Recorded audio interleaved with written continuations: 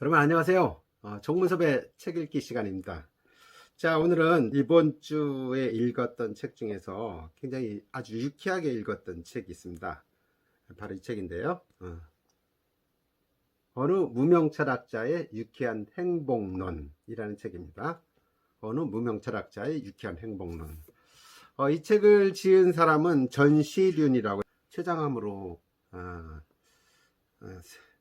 돌아가신 분인데 1932년생이시고 1998년도까지 살다 갔습니다. 근데 좀 정이 드는 것이 이분이 충청도 사람이에요. 충청도 중원군에서 태어나신 분이고 제가 이 이력을 보니까 서울 공대에서 재학 중에 6.25를 만나가지고 군 하사관 학교에 가서 군 생활을 하다가 6.25 끝나고 난 다음에 이제 미국 켄터키 주에 있는 베리아 대학에서 철학을 전공했고요. 또 이 대학원에서 또 물리학을 전공했어요.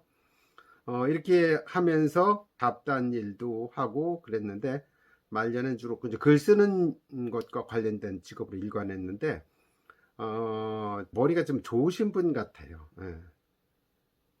그래서 이 책을 읽은 내내 제가 아주 굉장히 유쾌했습니다. 유쾌한 행복론 마치 그만큼 사실 이 책을 제가 소개하고 싶은 마음이 없어요.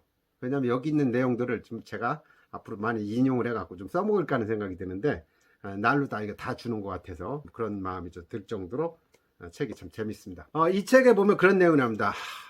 그 인생관을 알 수 있는 전시인의 인생관을 알 수 있는 내용인데 사람은 왜 사냐? 그럼 살라고 태어났기 때문에 산다. 그럼 어떻게 살면 좋을까? 행복하게 살면 된다.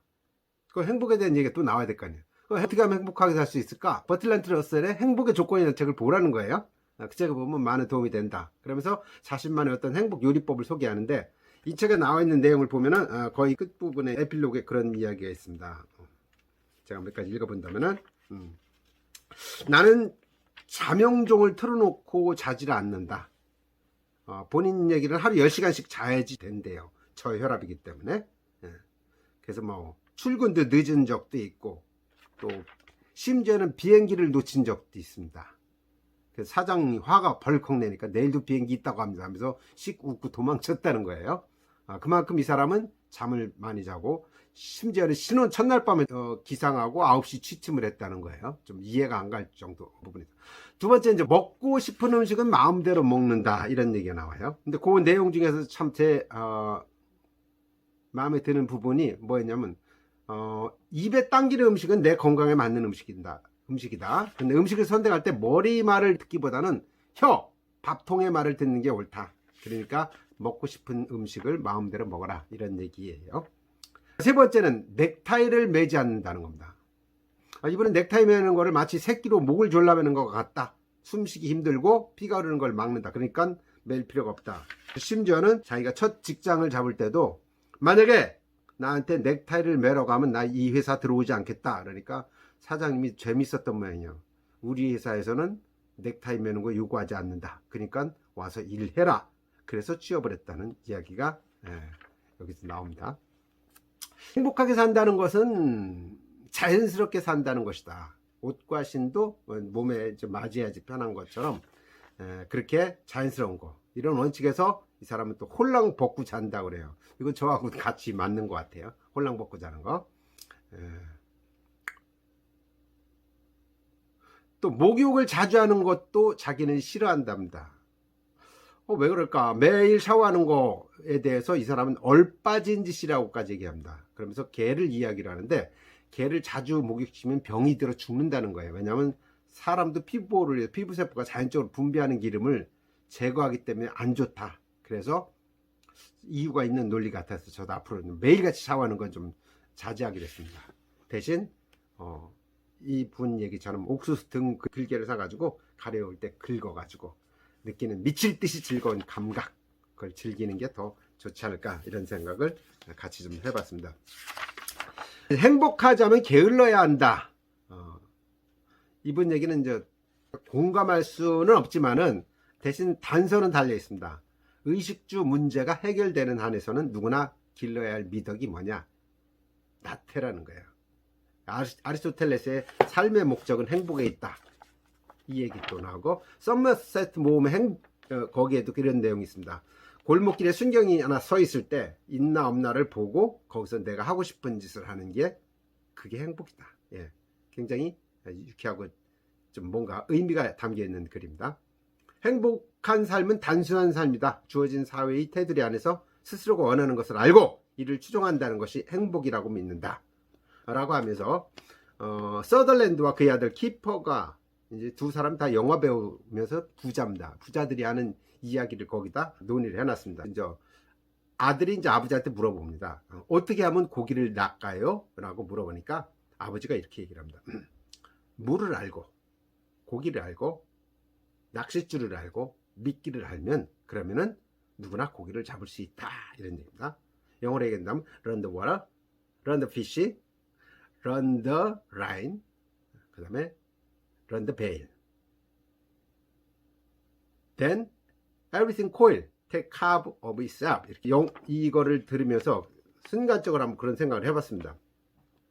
자, 그러면 물을 알고 고기를 알고 낚싯줄을 알고 미끼를 알라. 그러면 누구나 고기를 잡을 수 있다. 자, 그렇다면 우리 인간사에 이걸 적용할 수 있을까? 그런 생각을 잠시 해봤습니다. 그랬더니 인간사회를 알고 인간을 알고 또 인간을 낚을 그런 낚싯줄을 갖고 있고 그 다음에 인간이 좋아하는 미끼를 안다면 인생이 행복하지 않을까 그런 생각도 좀 해봤습니다. 그러기 위해서는 인간사회를 우리도 알아야 되고 인간을 알아야 되고 또 인간을 저 인간을 내가 좋아하게 만들 그런 낚싯줄이 뭐가 있어야 돼. 그건 이제 심리적인 부분 아니면 커뮤니케이션 이런 부분이 되겠죠. 그렇다면은 인생이 행복하지 않을까 그런 생각을 좀 해봤습니다. 모두에도 얘기를 드렸다시피 이 사람은 이제 철학과를 나오고 대학원에서 물리학을 전공해서 그런지 자연에 관한 그런 놀라운 사색들이 참 많이 담겨 있습니다. 아주 뭐 기가 막힌 표현들이 많습니다.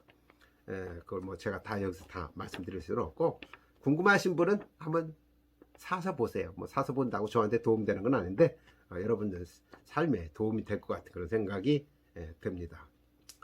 제가 이 책을 보면서 내내 유쾌한 기분이 좀 들었는데 몇 가지를 소개한다면 첫머리에 나오는 아내에게 보내는 유언장 이야기, 그다음에 어머니 장사 이야기 이런 걸 좀 따라해보고 싶은 생각이 좀 들었습니다.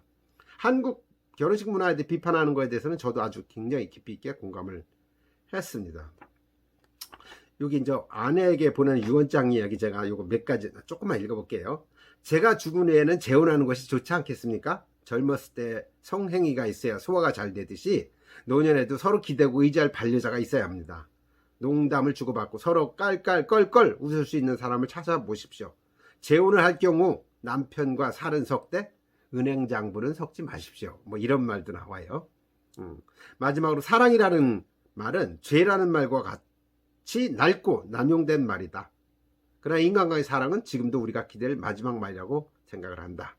뭐 이런 내용들이 울림을 주는 그런 이야기입니다. 그래서 여기에 나와 있는 많은 이야기들은 제가 이 시간에 뭐 다른 제 의견도 좀 곁들여서 소개를 드리는 걸로 하고 요쯤에서 내용 소개하는 거 마치겠습니다. 자, 내용이 마음에 드셨다면 구독, 좋아요, 그리고 여러분 지역에 주는 댓글이 저에게 엄청 힘이 된다는 말씀 드리면서 여기서 마치겠습니다. 감사합니다.